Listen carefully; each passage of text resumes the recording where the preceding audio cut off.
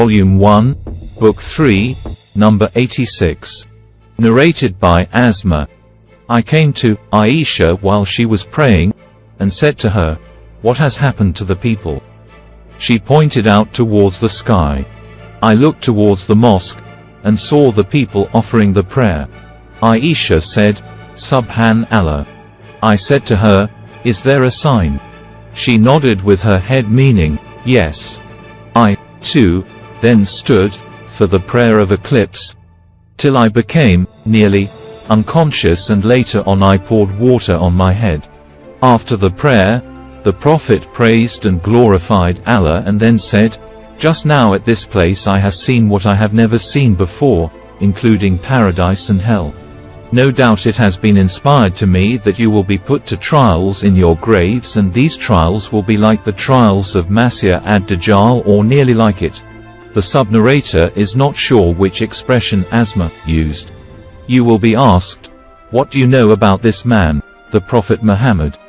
Then the faithful believer, or Asma, said a similar word, will reply, "He is Muhammad, Allah's apostle, who had come to us with clear evidences and guidance, and so we accepted his teachings and followed him. And he is Muhammad." And he will repeat it thrice. Then the angels will say to him, "Sleep in peace, as we have come to know that you were a faithful believer." On the other hand, a hypocrite or a doubtful person will reply, "I do not know, but I heard the people saying something and so I said it." The same. Volume 1, Book 3, number 87. Narrated by Abu Jamra. I was an interpreter between the people and Ibn Abbas. Once Ibn Abbas said that a delegation of the tribe of Abdul K came to the Prophet, who asked them, "Who are the people, i.e. you, or, who are the delegates?" They replied, "We are from the tribe of Rabi'a." Then the Prophet said to them, "Welcome, O people," or said, "O delegation, of Abdul K. Neither will you have disgrace nor will you regret." They said, "We have come to you from a distant place, and there is the tribe of the infidels of Mudda intervening between you and us, and we cannot come to you except in the sacred month. So please order us to do something good, religious deeds, and that we may also inform our people whom we have left behind, at home, and that we may enter paradise, by acting on them." The Prophet ordered them to do 4 things, and forbade them from 4 things. He ordered them to believe in Allah alone, the Honorable, the Majestic, and said to them, "Do you know what is meant by believing in Allah alone?" They replied, "Allah and his apostle know better."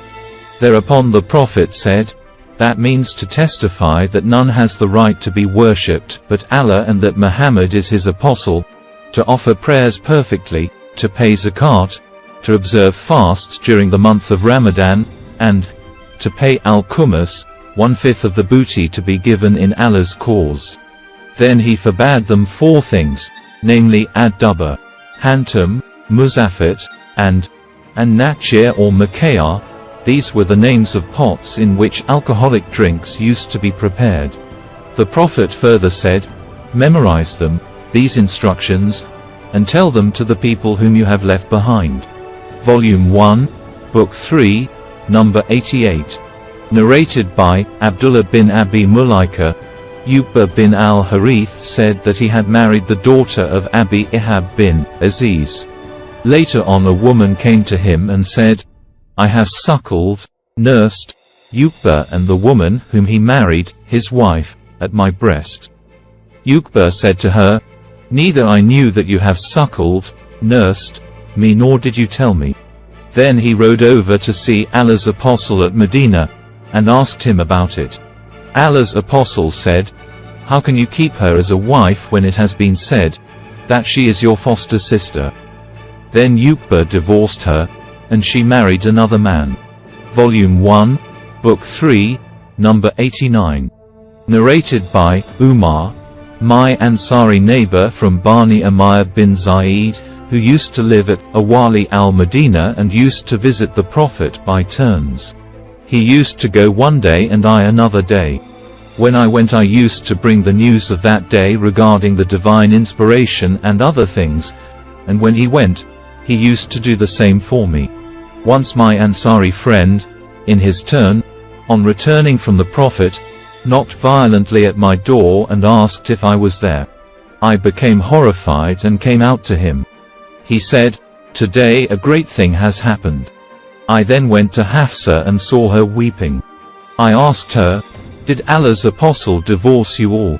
She replied, "I do not know." Then, I entered upon the Prophet and said while standing, "Have you divorced your wives?"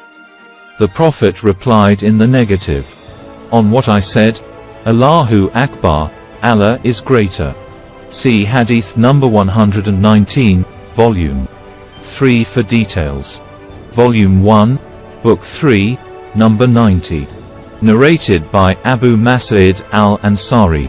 Once a man said to Allah's apostle, "O Allah's apostle, I may not attend the compulsory congregational prayer because so and so, the Imam, prolongs the prayer when he leads us for it." The narrator added, "I never saw the Prophet more furious in giving advice than he was on that day." The Prophet said, "O people, some of you make others dislike good deeds, the prayers. So whoever leads the people in prayer should shorten it because among them there are the sick, the weak and the needy, having some jobs to do.